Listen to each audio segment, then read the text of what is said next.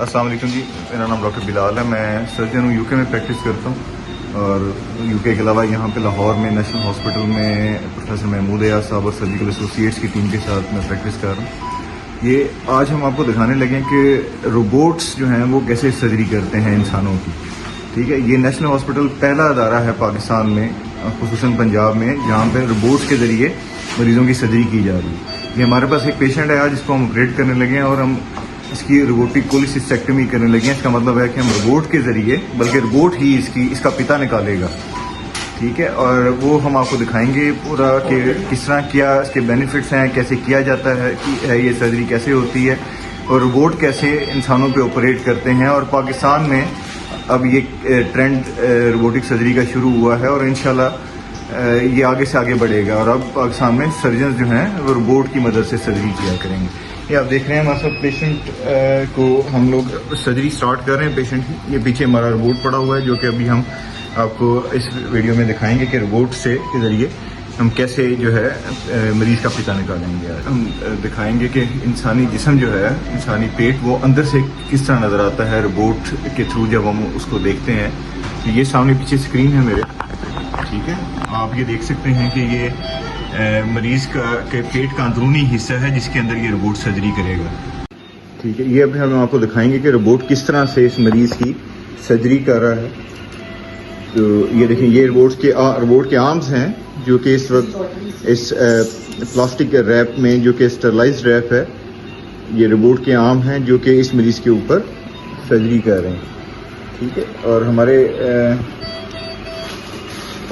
ٹھیک ہے، یہ 3 آرم ہیں اس وقت جو روبوٹک جو کہ اس مریض کے اوپر سرجری کر رہے ہیں.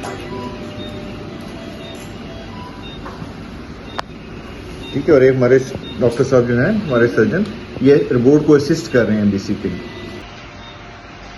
ٹھیک ہے، تو یہ آپ کو روبوٹ کے جو ہیں آرمز ہلتے نظر آ رہے ہوں گے اس سائڈ پہ. ٹھیک ہے،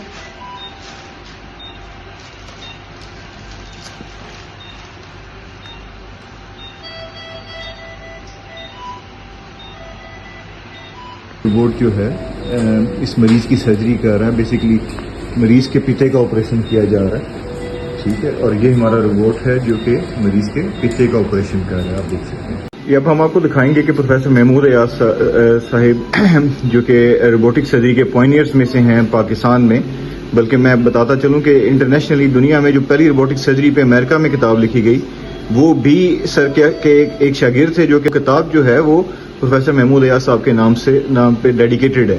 روبوٹس بیسیکلی یہ آپریشن کرتے ہیں، لیکن پروفیسر محمود ایاز صاحب جو ہے وہ کنٹرول کر رہے ہیں اس وقت روبوٹ کو.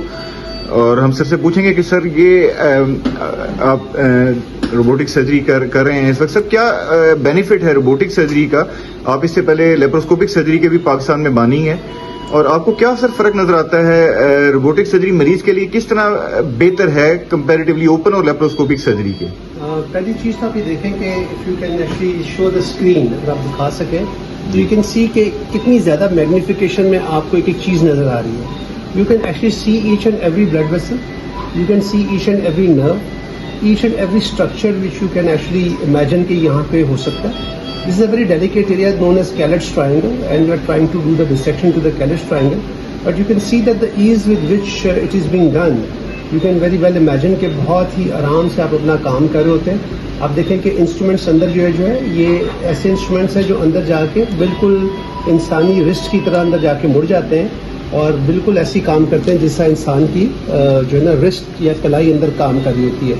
اس طرح خم کھا لیتی ہے، اس طرح مڑ جاتے ہیں، جس اینگل پہ آپ اس کو لے کے جانا چاہیں آپ لے جاتے ہیں. تو آپ یہ دیکھیں کہ پہلی بات تو یہ ہے کہ اس میں بہت آسانی ہوتی ہے آپریشن کرنے کی. انسٹرومنٹس کا کوئی ڈیزائن اس طرح کا ہے کہ آپ بہت ہی آسانی سے اندر جا کے، نارملی جو میں ابھی آپ کو، اگر آپ غور سے دیکھیں جو گال بلیڈر کا ایریا آپ کو نظر آ رہا ہے، نارملی آپ لیپروسکوپک سرجری میں، اوپن سرجری میں گال بلیڈر کی اس طرح بالکل پشت پہ جا کے اس کا معائنہ نہیں کر سکتے.